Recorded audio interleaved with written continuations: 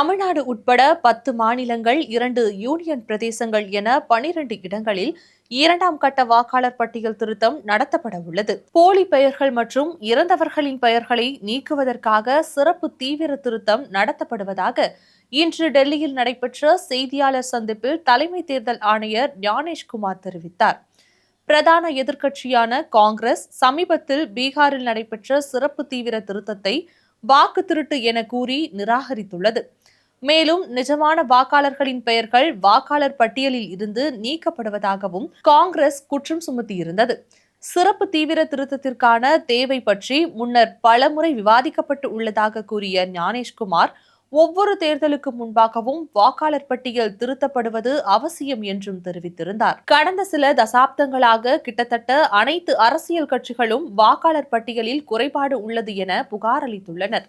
1951 முதல் 2004 வரை 8 முறை தேர்தல் ஆணையத்தால் சிறப்பு தீவிர திருத்தம் நடத்தப்பட்டுள்ளது. கடைசியாக சிறப்பு தீவிர திருத்தம் நடத்தப்பட்டு 21 வருடங்கள் ஆகிவிட்டது எனவும் தெரிவித்திருந்தார். பீகார் சட்டமன்ற தேர்தலுக்கு முன்பாக அங்கு சிறப்பு தீவிர திருத்தம் அறிவிக்கப்பட்டது. அங்கு வெற்றிகரமாக நடைபெற்று முடிந்ததாக தேர்தல் ஆணையமும் தெரிவித்துள்ளது. தீவிர வாக்காளர் சரிபார்ப்பு பணி நடைபெற உள்ள 12 மாநிலங்களின் வாக்காளர் பட்டியல் நிறுத்தி வைக்கப்பட்டுள்ளது. இதனால் வாக்காளர் சிறப்பு தீவிர திருத்தம் மூலம் மட்டுமே இந்த 12 மாநிலங்கள், யூனியன் பிரதேசங்களில் வாக்காளர் பட்டியல் திருத்தம் மேற்கொள்ளப்படும். எஸ்ஆர்ஐ நடவடிக்கையின்படி நவம்பர் 3ஆம் தேதி வரை கணக்கெடுப்பு படிவத்திற்கான அச்சிடுதல் பணி மற்றும் அதிகாரிகளுக்கு பயிற்சியும் அளிக்கப்படுகிறது. நவம்பர் 4ஆம் தேதி கணக்கெடுப்பு பணி தொடங்குகிறது. இது டிசம்பர் 4ஆம் தேதி வரை நடைபெறும். அடுத்த 4 நாட்களுக்கு பின்னர், அதாவது டிசம்பர் 9ஆம் தேதி வரை வாக்காளர் பட்டியல் வெளியாகும் என தெரிவிக்கப்பட்டுள்ளது. ஆட்சேபனைகள் இருந்தால் வரைவு வாக்காளர் பட்டியல் வெளியான நாள் முதல் ஜனவரி 8ஆம் தேதி வரை தெரிவிக்கலாம் என தேர்தல் ஆணையம் கூறியுள்ளது. பணிகள் அனைத்தும் முடிந்த பின்னர் இறுதி வாக்காளர் பட்டியல் பிப்ரவரி 7ஆம் தேதி வெளியாகும் என அறிவிக்கப்பட்டுள்ளது. தேர்தல் ஆணையத்தின் அறிவிப்பை தொடர்ந்து காங்கிரஸ் ஊடக மற்றும் விளம்பர பிரிவின் தலைவர் பவன் கோரா வெளியிட்ட வீடியோ பதிவில், பீகாரில் நடத்தப்பட்ட எஸ்ஐஆர் தொடர்பான கேள்விகளுக்கு இதுவரை பதில்கள் கிடைக்கவில்லை என குற்றம் சாட்டியுள்ளார். தேர்தல் ஆணையத்தை தனது கைப்பாவையாக வைத்திருக்கும் பாஜகவின் நோக்கங்கள் ஏற்கனவே நாடு முழுவதும் வெளிச்சத்திற்கு வந்துவிட்டதாகவும், பீகாரில் நடந்த எஸ்ஐஆரில் 65 லட்சம் வாக்காளர்கள் நீக்கப்பட்ட நிலையில் ஒருவர் கூட புதிதாக சேர்க்கப்படவில்லை என அவர் கூறியுள்ளார்.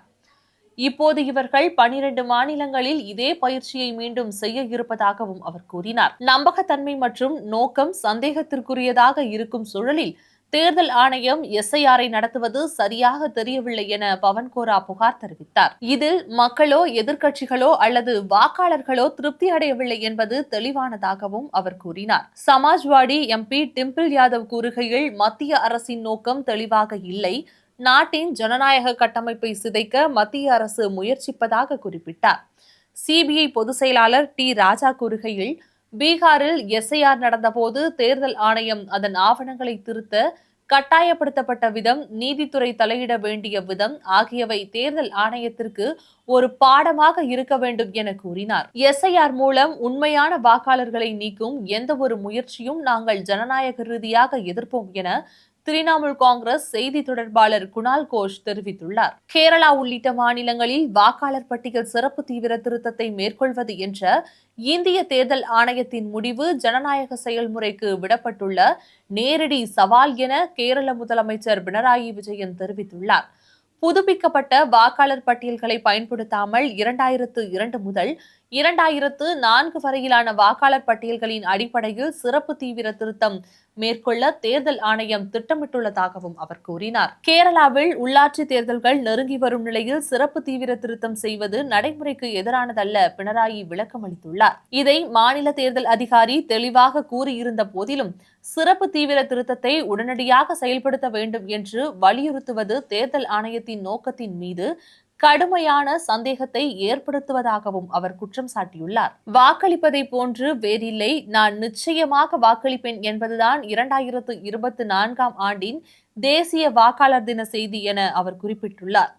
இந்த முழக்கத்தை ஊக்குவித்தவர்களே அதற்கு முரணாக பீகாரில் 65 லட்சம் வாக்காளர்களின் பெயர்களை வாக்காளர் பட்டியலில் இருந்து நீக்கியதாகவும் பினராயி சுட்டிக்காட்டினார். வயது வந்தோருக்கான வாக்குரிமையை உறுதி செய்யும் அரசியலமைப்பின் பிரிவு 326 இந்த செயலை கடுமையாக மீறுவதாகவும் அவர் கூறினார். அரசியல் வசதிக்காக குடிமக்களின் வாக்களிக்கும் அடிப்படை உரிமையை சிதைக்கவோ அல்லது பறிக்கவோ முடியாது எனவும் பினராயி குறிப்பிட்டார்.